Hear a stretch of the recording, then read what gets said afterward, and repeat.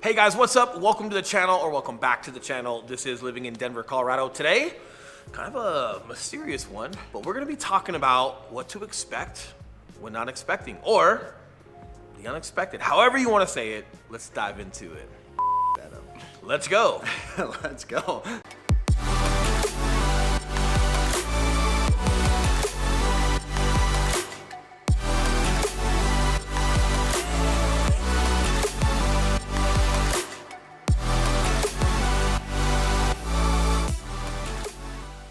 What's up, guys? We are the Mile High Property Brothers. I'm Eli Schmidt. This is my business partner, Will Grimes. And if it's your first time checking out our channel, welcome. And while you're here, hit that subscribe button along with the notification bell so you get notified every Tuesday and Thursday, and now every other Saturday when we drop a new video telling you everything there is to know about moving to or living in the Denver, Colorado area. 100%. And we are licensed brokers in the state of Colorado, which means as much as we love making these videos, we would love more to help you with your real estate needs. So that number that's popping up below, we are the guys who answer the phone calls and the text messages and those emails. So it's just something we can help you with.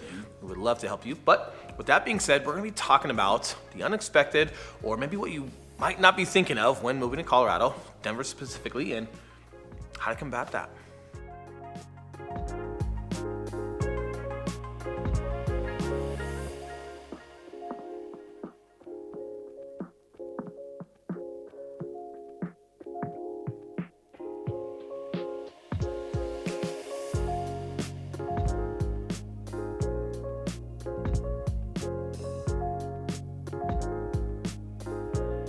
All right, guys, kicking it off, we're gonna talk about one that's pretty common. If you're a native, you definitely know this. A lot of our native clients talk about this. They're very aware. I'm very aware. And it's not necessarily a deal breaker, but it is something to think about, especially depending on the size of home or lot that you're on. What am I talking about? North-facing homes, right? More important than you might think. So I don't know what the science is behind it. I'm sure we're gonna throw some cool, funny science movie clips up right now that's explaining it. It's where we sit in relation to the equator. You see, in the winter, that seat is close enough to the radiator so that he's warm, yet not so close that he sweats. In the summer, it's directly in the path of a cross breeze created by opening windows there and there. It faces the television at an angle that isn't direct, so we can still talk to everybody, yet not so wide that the picture looks distorted. Something like that. The bottom line is, if your home faces north, the bottom line, with that being said, is that you get a lot of shade toward the front side of your home, which means inclement weather, especially the wintertime, you're gonna get a lot of shade there, which means the ice and the snow is not melting as much as if your house was facing south or any other direction. If it's north, you've got more snow, more ice to deal with. So is it slippery on your driveway and your sidewalks? Absolutely. Is the snow building up and just a pain in the butt? It can be, absolutely. Depending on the home that you find, it could be worth it because, hey, if your home faces north, then the backyard faces south, which means you've got a lot of sunlight that comes through on that south side. So if you've got a kitchen back there, your living space toward the south side of your home, a lot of phenomenal natural light happens, which is really cool. Depending on the home and the circumstances for you, and whether you have a snowblower or kids that want to shovel snow or break ice, whatever that looks like, hey, that home could still be worth it. But yes, it is something to think about. You'll definitely have more inclement weather on top of your driveway and sidewalks and porch out front. Yeah, and you'll see this super clear as you're driving down a street where you have north and south facing homes. We always talk about how fast the snow melts here in Colorado, and it is so transparent. When you're driving down the street, the south facing homes will be sunny and crystal clear driveways. The north facing homes will have all snow and ice, man, for weeks, because it never gets sun exposure. It's never gonna melt. It's extremely transparent driving down these streets. So guys, it is something that is pretty important. Now, let's talk about east and west facing. With those, they're not so bad. You get 50% of sun for part of the day, which is better than none, like a north facing home. Yeah, and it works well. Like my home faces east. Like you get plenty of sun in the morning and midday, all the way up till about 2 o'clock in the afternoon, 3 o'clock in the afternoon. Then it starts to go over toward the back side of the house. So you've got phenomenal sunsets toward the back of the home. But in the summer, well, that sun's staying up a lot longer. So my back patio, even though it's covered, I've got a nice little area for the kiddos and everything like that. 3, 4, 5 o'clock, it's really hot on that back patio. So you're not using it until the sun starts going down. So a couple of pros and cons with it. The biggest thing is just understanding north-facing homes, why it is the way it is. It is what it is. However, kids are great at shoveling, and they love, kids love chores.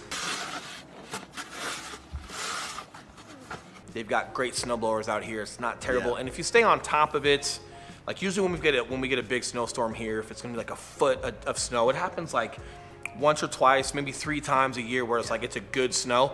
But if you stay on top of it and you get out there with your snowblower once or twice and you mitigate it ahead of time, it's not something that should be deal breaking the home buying process for you, but something to think about.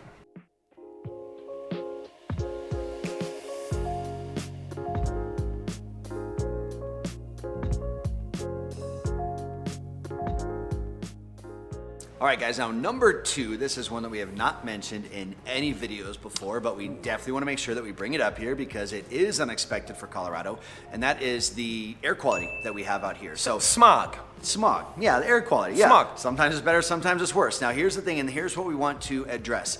It is not your typical pollution, right? When we have smog here in Colorado, which recently, if you've been watching some of our drone footage, you'll be able to see the smog over the mountains. And sometimes you can't even see the mountains or you'll just see like the mountains behind a little haze, but it's not pollution as you may be thinking. What happens is when we have fires, which we don't honestly, like we'll have some fires here every year. We had a fire in Boulder last year. That was a pretty good size. That was huge, yes. Yeah. And that was not the usual for Colorado. No. Like, you will have some wildfires, but they're usually pretty tame. Well, that was man-made, man-started. So somebody started a fire up in Boulder. Yep. Hey, not cool. But what happens is like California, Oregon, Arizona, Wyoming, all of those will be on fire. And then just because of the way that the airstream works, it blows it over here into Colorado. Love it when he talks smart to me. I know. I said awesome. Equator and airstream.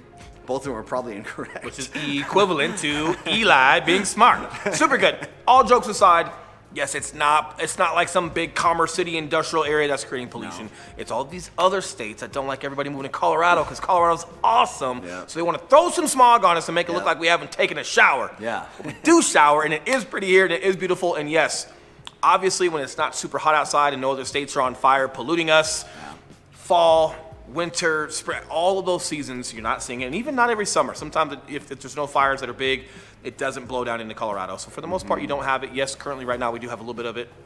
It's something to think about, but it's not what people are making it.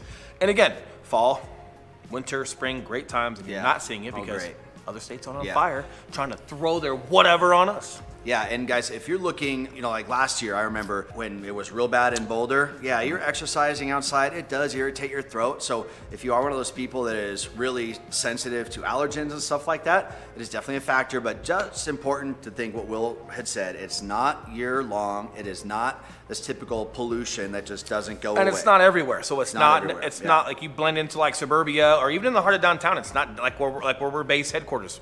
We're right across the street from the ballpark. It's not right here. It's more up toward the mountains and toward where the airstream comes down from. So it's not like it's surrounding the state and you can't go do anything. Not true. But when you talk about, hey, get used to it, or if you haven't ran with it, can it irritate your lungs a little bit? I don't know. I grew up on government cheese and I was in the Marine Corps. I think mine are good. Speak for yourself. Who knows? But when you talk about getting used to some things, that leads us to our next point, which is just getting here in general and getting acclimated to the altitude and making sure that you're hydrated, right? Yes. So something that, and this was big for us, like back in the military when you go to different places, just getting acclimated to different environments. But altitude is a huge one, right? So yeah, you're gonna feel a lot more fatigued. Your body's getting a lot less oxygen than maybe depending on where you're coming from. And hey, hydration is gonna be a lot more key when you're here. Hydration is super important. So we're a couple of meatheads. We're pretty good about our gallons every day. I do encourage everyone else to embrace that. Meathead lifestyle and carry your gallon jug around with you, or however you get your water in. Oh, come on. What's he? Sir, I think you got the wrong workout program. It is really important, and it is just more dry here in general because we don't have very much humidity. Correct. So that means stock up on lotion and stock up on your chapstick as well. Oh, will you do me a favor then?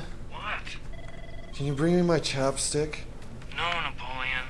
But my lips hurt real bad. One more thing, speaking to the just acclimation, even when it's nice and it's not too hot out here, it's 80 degrees, 85 degrees, you guys are having a great time, because you're at altitude, you're also gonna have to get acclimated to being closer to the sun. Not only in Denver, but when you guys go up to the mountains, even if it's only 89 degrees in the mountains, if you're at 14,000 feet, you're a lot closer to the sun. So yes, you can still get burnt. So be super careful when you guys are up there, and just realize that even if you're used to getting a suntan and you're used to being out in the sun, it's a little bit different here at altitude, and it is dry, and you will get a little bit burned. So yes, use whatever preferred sunscreen that you have. You're skiing, snowboarding, not only do you have sunburn, but you have windburn as well. So be that guy that has like the white stuff all over his face. Which leads us to our next point. Weird how this works out. getting sunburn in the winter. Yeah, yes, that is a thing out here when you're going up and you're snowboarding and you're skiing.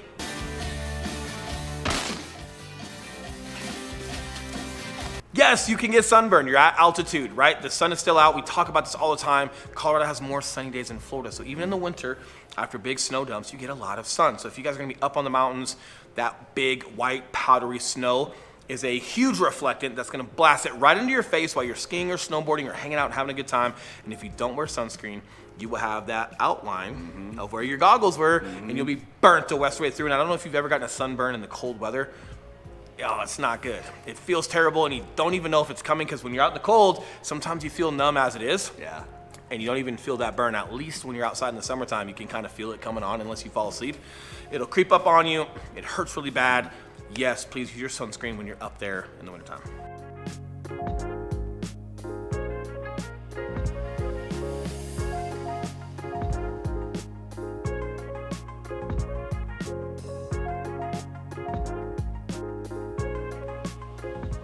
All right, now our last point is that despite our channel being called Living in Denver, despite maybe you having searched Living in Denver to find this video, most people who end up moving here do not live in the city and county of Denver.